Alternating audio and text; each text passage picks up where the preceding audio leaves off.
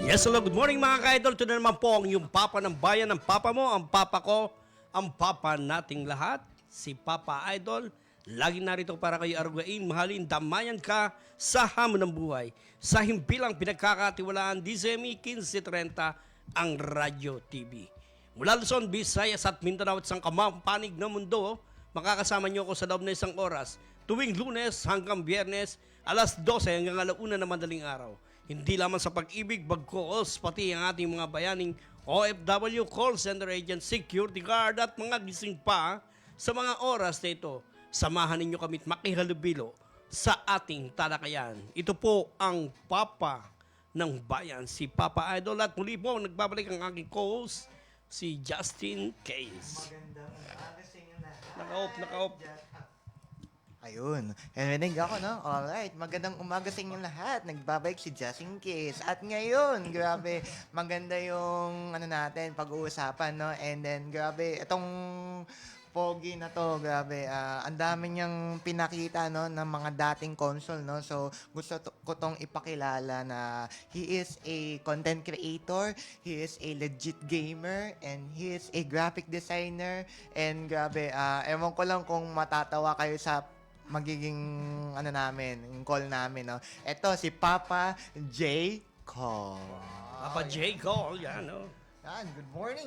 Magandang lalaki ako sa inyo lahat. Good morning sa ating mga televiewers. Ayan, and welcome to DZME kay Papa Idol together with Justin Case. Ayan. Yes, good morning, Papa Cole. Kung may Papa Idol, meron Papa Cole, no? Papa Cole. Papa Cole? Parang ang pangit ang dami. Papa J. Cole, no? Hindi ko na binabanggit J, eh. Kasi pag binanggit ko pa yung J, magiging Papa Jack. Kaya nga, eh. Anyway, bago tayo magsimula ng ating usapan, no, nais natin pasalamatan ang mga nasa likod ng ating camera sa panguna ng ating IT na si Jericho Cinco at ang ating engineer na nakaupo ngayon, si Wilfredo Cativo at saka si Sir Alex Puentes. At syempre, nandyan din po ang aking partner, si Kasenyong T. Nakaalalay takasuporta po dito sa atin sa Midnight Blues ni Papa Idol. Justin, ano ang natin? Hashtag natin. Grabe, ito yung natin, yung magandang topic, no? Which is hashtag maniwala ka lang. Ito yung context na ito, no? So, dumarating ang mga pagsubok sa buhay, hindi upang pahirapan ka, kundi upang patadagin ka, di ba? So, ito ay pagsubok sa iyong tapang at pananalalig na kaya mong lampasan ang anumang hamon, no?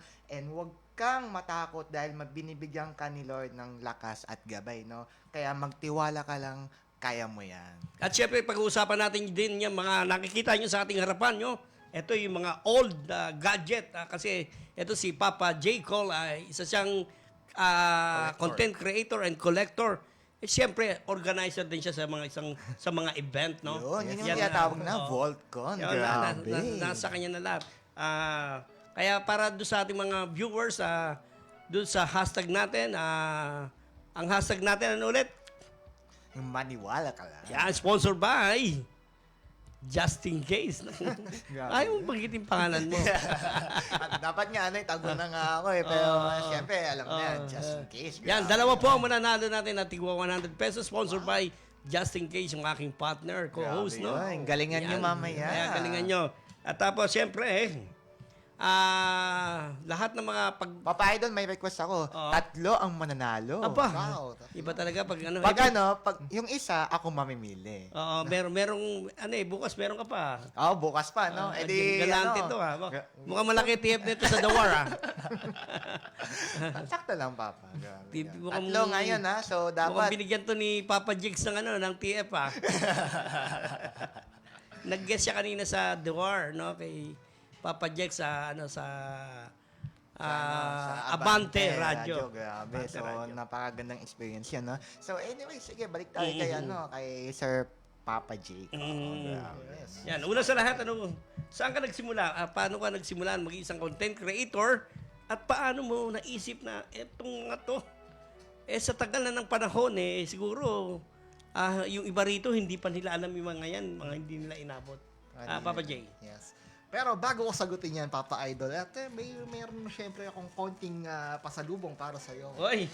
Uy, Ito. galing kay Voltcon yan. Ito sa'yo, Wow. just in case. Thank you very Yun, much for thank yan. you. Ang ganda, oh. Maganda Ito, yan, ito, maganda yan. Astro Boy ito Astro Boy. Ito si si Venom Oh, yata. si Oo. Astro Boy. Tsaka, Yung ano pa lang yung mata pa lang. Tsaka ID Lace and... ay delays. Tama-tama to sa apo ko. Yes, ayan pa. Oh. Thank you, Yun. Papa Thank Jay. you. Na-advance yung pang birthday ko Happy birthday. Oh, sa April 4, birthday ko Kaya Ayan, si- mga si Vol- April babies tayo, Papa. no? Happy birthday, advance. Happy Oh, birthday sa ano yun na nga. Anyway, katulad ng sinabi ni Papa J, tinatanong niya kailan tayo nagsimula at bakit tayo naging collector. So, simulan natin. No? So, nagsimula si Voltcon last 2022 lang. So, until ngayon, it's a event of pop culture mixed with vintage or retro items and pop culture. Tapos naman, nagsimula ako sa collecting this retro gadgets nung alam pa, elementary pa ako.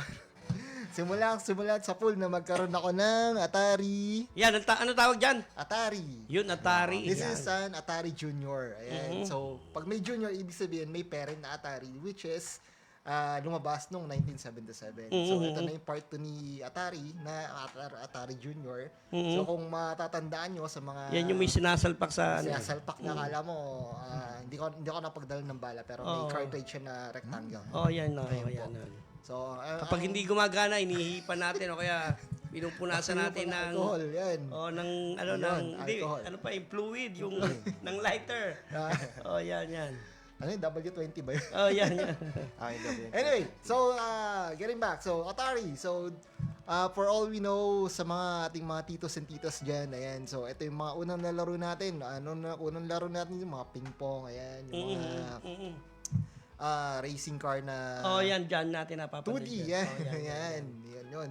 Mm. So I've started collecting that since elementary pa. Nung nagkaroon talaga ako ng unang first console na yan. Ayun, hindi ko na binitaw yan, dire-diretso na yan. Umulan, bumagyo, bumaha, naitabi pa natin yan. So for today, for this morning, we're going to discuss ayan po, yung mga ating mga collections with Papa J and just in case. Ayan. How about yung ano, yan. Ito, yan. yung... Okay. Parang Sa mga gamers, natatandaan nyo ba to? Mga legit gamers simula nung 1980s. Kailan lumabas tong Sega Game Gear? So, lumabas to nung around 1990s. Wala, ugi pa ako nito. Ayan, nagpupumilit ako magpabili sa aking parents nito kasi mahal to dati. So, ito yung pinalit na Sega Mega Drive or Sega gaming console. So, colored siya. Kung makikita yun naman, may similarity siya sa Game Boy, pero colored to. So, Sega, pag sinabi Sega, sinong unang karakter lumalabas sa isip natin? Si Sonic. Very good. Akala ko hindi mo inawat. So, ayun. Bali, ang pinaka karakter nila dito, si Sonic. Yung pinaka model character nila, si Sonic Si sa Sonic, Game Gear. oh. Yan. So, ayan, may maliit siyang cartridge sa likod. Yan. And, sinasalpakan ayan, din. Oh. maliit lang to, handheld gaming console. Sega Game Gear. Ayan. Yan. Mayaman ka na neto pag nagkaroon ka ng around Totoo 1990s. yun. Dati, nung mga panahon na ano. Di ba? Still functional ball naman yan, di ba? Yes, still functional Diba? pa to. With the batteries and adapter lang. Saksa mo siya ng adapter or battery. Pwede yan. Working pa siya. Yes, yun. Yun, no? Tagal na tayo. Triple A. Yeah. AAA yan. Sa mga titos and titos natin, sure ako, naabutan nyo to. Isa rin kayo sa mga batang nagpupumilit magpabili ng Game Gear. Pag Oo nga. na-addict kayo. Sana all, diba? Okay,